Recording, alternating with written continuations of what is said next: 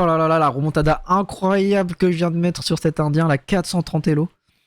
Sur cette ouverture de gros fils. Allez, c'est parti, j'ouvre le pion dame, il sort le pion roi. Donc pour moi, c'est un pion gratuit, il va sortir sa dame très très tôt. Et là, grosse erreur de ma part, ce que j'ai fait pendant la partie, c'est que j'ai sorti le fou pour défendre mon pion E5. Sauf que là, il défendait le pion B, donc il va venir répondre tout de suite en mettant sur échec, échec au roi, en attaquant mon pion B2 et mon fou. Et je vais pas le voir. Dans la partie, je vais pas le voir. Et je vais parer avec mon cavalier. Il récupère mon fou. Là, je me dis, ok, bon, bah, j'ai qu'une pièce en moins. J'ai déjà gagné des parties avec une pièce en moins. Donc, on va essayer de le faire. Je vais venir défendre mon pion E5 à nouveau.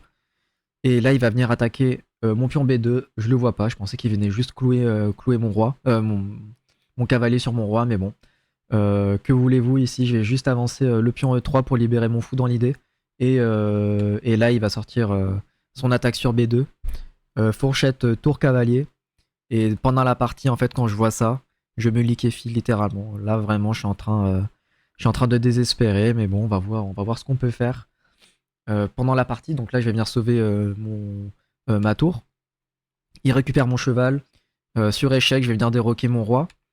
Et là, il va venir protéger sa dame. Mais je vais quand même ici essayer de la chahuter et voir un peu comment elle réagit.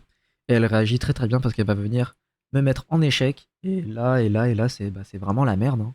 Ici, c'est vraiment dur parce que je vais devoir ici proposer l'échange de dames et sacrifier ma dame. Ici, je choisis de faire l'échange. Évidemment, parce que là, il a plus 6 en termes de qualité. Donc là, de mon côté, c'est vraiment la grosse merde. Donc voilà. Mais spoiler, j'ai quand même réussi à faire la remontada. Restez regarder la vidéo. Donc là, qu'est-ce qui se passe ici? Je me dis que j'ai quand même du matériel développé et de l'espace et quand même un avantage d'espace, donc je vais essayer de jouer autour de ça. Sauf que là, je vais venir bouger mon fou et perdre ma tour. Là, vraiment, je vois ça, je suis au bout de ma vie. Entre l'ouverture et là, la perte de tour, là, j'aurais pu clairement l'éviter. Mais en fait, la prise, son ouverture vraiment diabolique est venue altérer tout simplement ma vision de jeu.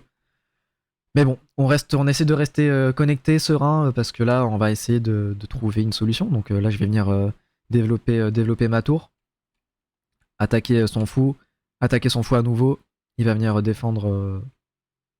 attaquer ma tour ici. Son fou est défendu par le cavalier. Je vais venir mettre ma tour à l'abri. Il va venir roquer.